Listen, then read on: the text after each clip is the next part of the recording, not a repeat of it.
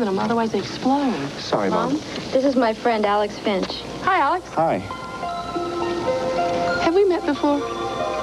I don't think so. Sybil Shepherd has treasured the memory of her dead husband for 23 years, but now it looks like he's been reincarnated, and chances are one of 5 new movies we're going to be reviewing this week. I'm Roger Ebert of the Chicago Sun-Times. And I'm Gene Siskel of the Chicago Tribune. Our first film is called Chances Are, and at first I groaned when its story turned into yet another story about an older man trapped in a younger man's body. But Chances Are is more than that. It's a delightful romantic comedy involving a number of fresh relationships. Sybil Shepherd stars as a widow whose husband returns 23 years after his death in the form of her daughter's college-age boyfriend. When the daughter brings him home, he surprises everyone by knowing a lot about the family and recalling a memory of his life before with Sybil Shepherd.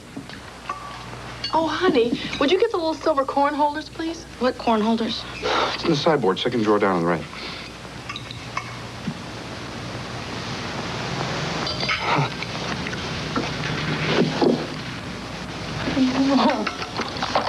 So they are.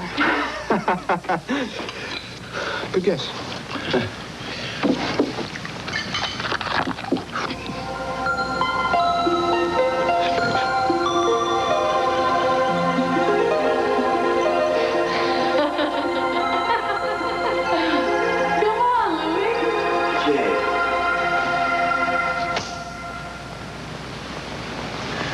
Alex?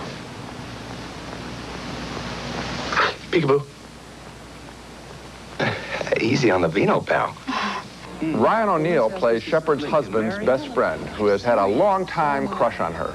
She's starting to believe her daughter's friend just might be her late husband, Louis. Do you think it's possible for Louis to come back? Oh, Corinne, we're not going to go to another seance. No, I mean in another person's body. I have no idea, but somehow I don't think so. Eventually, the young man, played by Robert Downey Jr., has to choose between Shepherd and her daughter. But first he has to convince Shepherd who he really is. Don't break that, it was Father's. No. Oh, good night. Good night. You win. Good night. Just relax. I'll leave. I'm sorry, but this is important. I had a pair of diamond earrings with me the day I died. They were for you, for our anniversary. How do you know about those? I bought them for Mr. Zellerbach. How do you think I know?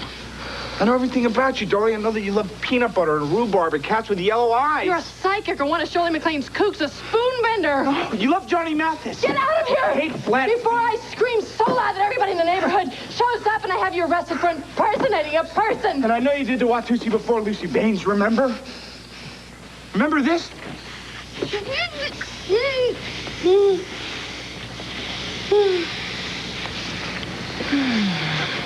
That's a good scene. Both Shepherd and Downey are convincing in this very old-fashioned entertainment. Ryan O'Neal and Mary Stuart Masterson are just fine, too.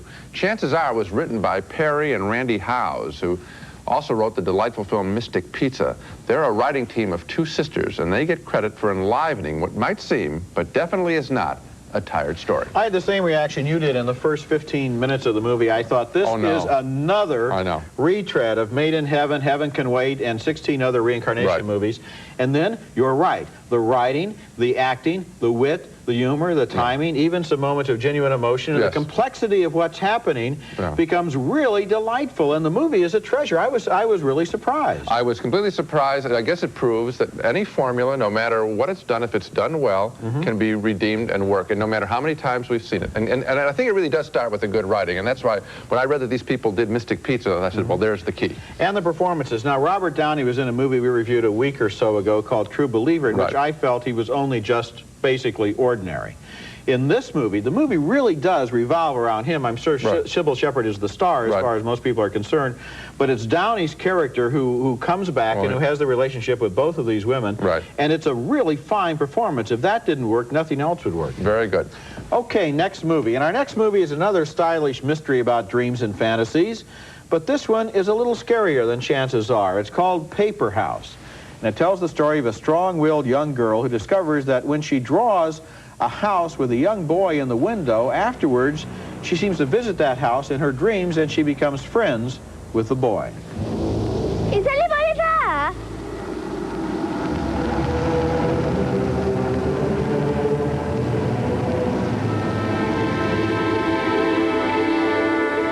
Can I come in?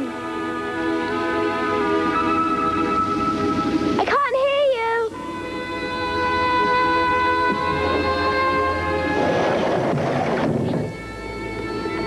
I said go away. No, you let me in, then I'll go away. I can't do that. Why not? Because there aren't any stairs. How did you get up there then? I don't know. I'm just here. That is Charlotte Burke in a very definite and convincing performance as the stubborn Anna who becomes convinced that her drawings are controlling the fate of that young boy in her dream. When her mother throws away her drawing, she goes into hysterics trying to get it back. Come on, love, out of the way. No, I have to find something. I threw it away by mistake. To bed now. Come on. No. You're going to be sick, really sick, unless you calm down. And sure enough, there does seem to be some sort of connection between her art and her dreams. I drew you. This house, the stairs, everything. Come and have a look. Come on. I can't walk. Well, of course, I didn't draw you any legs. And then, in bed with a fever, she learns from her doctor about another patient the doctor has, a little boy who cannot walk. How long exactly do I have to stay in bed? I'll come and see you again at the end of the week. At the end of the week? Count yourself lucky. I've got a patient, a boy a little bit older than you, who's been in bed for a year. I'd rather die than that. You and he will get on well. I suppose Paperhouse would be classified as a fantasy thriller, but I thought it was a lot more than that. A dream movie that uses images so real and so concrete, they seem more convincing than most real-life dramas. The soundtrack is effective, too, very clean and uncluttered and filled with large, frightening sounds. Paperhouse is much more than simply a fantasy, because underneath the dreams is a buried story that suggests that that woman doctor is somehow the psychic connection between her two patients, and that by using her, that young boy and young girl can meet in their dreams and help each other to cope with their painful situations. This is the first feature by a young British director named Bernard Rose, and based on this film, I think he has a genuine and very individual talent. I think he's talented, too. I would say for about two-thirds of the way I was fascinated by this film because I think it does... dream sequences are very hard to put on movies successfully. They're always overblown. These seem to be legitimate fears that a child might have, the girl. When the film got more explicit, there's a shot about two-thirds of the way through where the ground opens up. At that point, I thought that the film sort of went over the top with imagery, and I got a little bit tired of it. Until then, I was fascinated by it. Oh, I liked it. You know, the thing is, most of the time these days, when you get a movie that deals with this kind of subject matter, it doesn't respect either the teenagers, young teenagers in the movie, or its audience. It goes for gore and trash and meaningless violence. This is played on the high ground. On very high ground. It's a fantasy that works itself out logically so that it's like those movies that were made 20 or 30 years ago before movies tried to gross you out every time that they did anything like that. Did you get tired of it by the end? I didn't. I saw it twice and I liked it very much both times. Okay. Coming up next, The Burbs, starring Tom Hanks as a suburban homeowner with very strange neighbors. What is it? Called The Burbs, a comedy starring Tom Hanks as a suburban homeowner whose neighbors are already quite strange, and then their block is invaded by a really unusual family, one that commits a cardinal sin of the suburbs. They let their house rot. That leads to all sorts of neighborhood gossip. I'm telling you, these people are Satanists. As I sit here, they are Satanists. Look, the world is full of these kind of things. Look at this. Black masses, mutilations. The incubus, the succubus. The mystery turns up a notch when Hanks's dog pokes around the strange neighbor's home. Where the hell did Vince get this?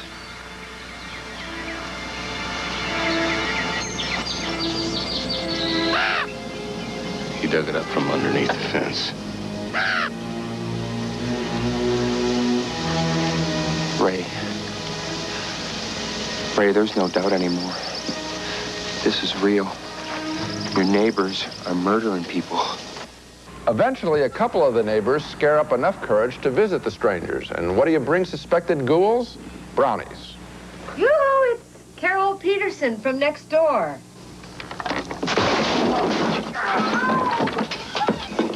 There go the brownies.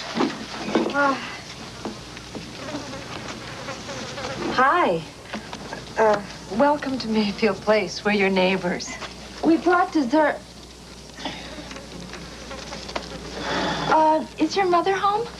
I wasn't amused by the Burbs. Tom Hanks seems smarter on screen than to suffer through this story. We wait for him to leap ahead, and the film's parody of suburban life is hardly original. The neighbors are not frightening, nor are they funny. I can't think actually of anything I liked about the Burbs. I know it's a big hit in its first weekend because of Tom Hanks' star power.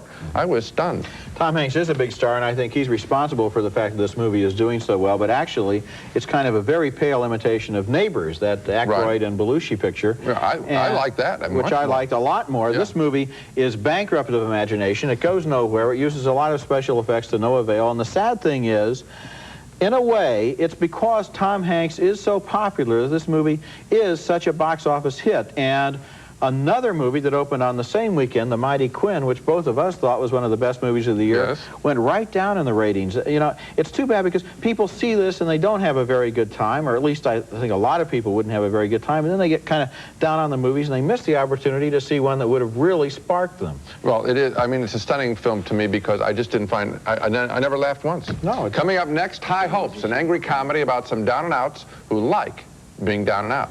When are you going to smarten yourself up? The day they machine gun the royal family, I'll come here and put a tie on. Next movie, and the story begins in 1971 when I saw a film that was called Bleak Moments, directed by a man named Mike Leigh. The film told the story of a lonely woman who lives with a retarded sister and has a social life that's made up mostly of pain and embarrassment. It made an immense impression on me, that film, but there were no more feature films by Mike Leigh, who spent the next 18 years working in England on TV and on the stage. But now, at last, there was a second full-length film from Leigh, and it's quite different from the first one, but just as remarkable. The film's called High Hopes, and two of its characters are a left-wing working-class couple in London who take in strays, including this confused young man. You want your relatives? He's looking for his sister. I come to get a job. Oh. Where are you from, then? Byfleet. Where's that? Surrey, isn't it? Is it? Yeah. So what, you come out of London looking for work? Yeah. You'll be lucky, mate. I'm going to get a job on a building site. Oh, yeah? Vivian said. Who's Vivian? My sister, Vivian Bennett. Do you know her? That is Philip Davis as Cyril, and his mother is one of the last poor people living on a block that has been yuppified. When the old lady locks herself out of the house, her new neighbor treats her like a leper. If you'd like to give me your daughter's number, I'll give her a quick ring for you. I don't know her number. It's in my book indoors. Well, is she in the telephone directory? I expect so. Right. Well, I suppose you'd better come in just for a moment.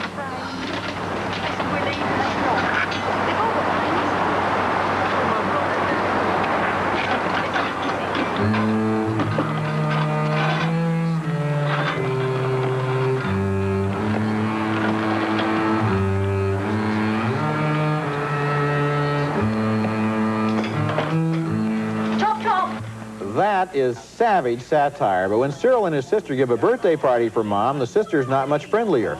She's on the edge of a breakdown. Mom, pick up your glass. Pick it up! Don't talk to her like that. Cheryl, this is a family occasion, all right? I would like to propose a toast to Mum's birthday because it could be our last.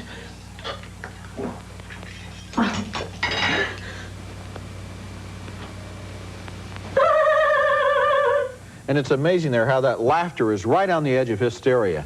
What Mike Leigh does in this film is to walk a dangerous emotional tightrope between satire and politics. He doesn't like the selfishness and materialism he sees in modern England, but he's not very sure of his own answers either.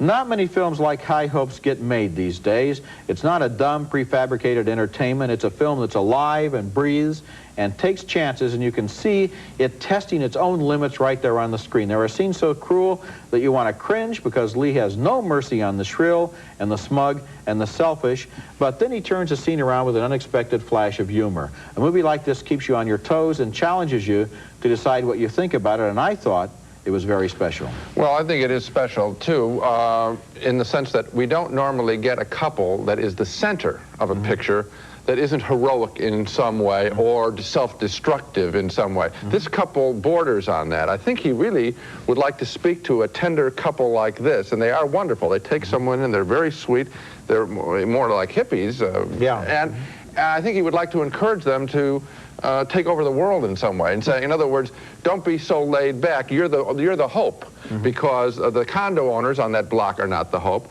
They're cruel to the old lady, who is also the bedrock of England. And I'm sure it's a poem in some way, a strange, confused poem. It's a hard film to figure out, but it's a poem in honor of the values of this young couple. Basically, what he's talking about, I think, are some working class people who have become rich. And who have decided to cut their links with their past. And then this working class couple that has remained poor and has, instead of going into left-wing politics as they would have 20 years ago, has basically gone into smoking hashish, listening to music, and sitting around thinking about how wonderful everything is. So that it's a movie about how both sides of the equation are out of whack in England right now. Okay, coming up next, the story of a miner who fancies himself as the next Fred Astaire or Gene Kelly. His story is called Bert Rigby, You're a Fool. Just sing in the rain. Rigby, you're a fool. That's what an English coal miner is told as he pursues a career in show business. Robert Lindsay, who was a big hit on Broadway in the musical Me and My Girl, stars as coal miner Bert Rigby, who fancies himself a song and dance man and injures himself before performing in a local talent show. Is that real blood? Just pretending it's ketchup. He is not pretending. It's real blood and he's very brave. Looks like ketchup.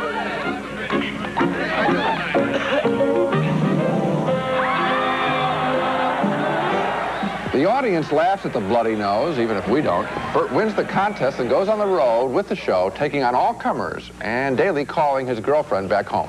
Have you met any other exciting people? Well, they're no strange ladies, if that's what you mean. What's Mrs. Trample like? Mrs. Trample? Oh, she's, very motherly. She's really nice to all the lads, very giving.